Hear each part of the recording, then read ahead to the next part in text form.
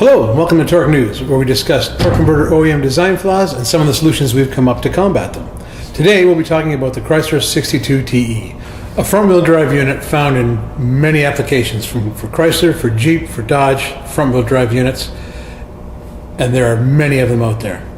The units are becoming more popular as the time goes on, as everything, but these are going to be very, very, very big. I can tell you that right now. The biggest problem with this unit is the piston itself. It tends to crack at least 50% of the time, if not more. I don't know if you can have a good look at it. I'll zoom in and you can see that. As you can see, the crack is pretty severe, almost through the entire unit. It does go from one side of the metal to the other.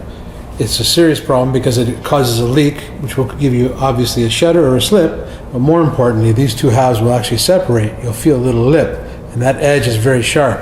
And what that ends up doing, it acts like a mill cutter, machining your friction material. I'm not sure if you can have a good look at it here. Machining your friction material to the point where it's almost gone. We've seen it come down to the glue at some points. Now, not only is that obviously a clutch slip or shutter issue, but even more importantly, that will spew material through your unit, which is obviously not a good thing. Finding this problem, as you can imagine, was quite simple. All you had to do was look. Open the torque converter, there it was, plain as day. The solution also, not a very difficult one. We decided to go with an earlier 604 piston, which is basically the same. The only difference being it's not as hard as this material is and much more forgiving. And we found it to be the most economical solution to the problem, and it works 100% of the time. That's what we've done to correct this issue. As far as the rest of the torque converter, there doesn't seem to be too much wrong with it. Other than that, that's the biggest problem that this converter has.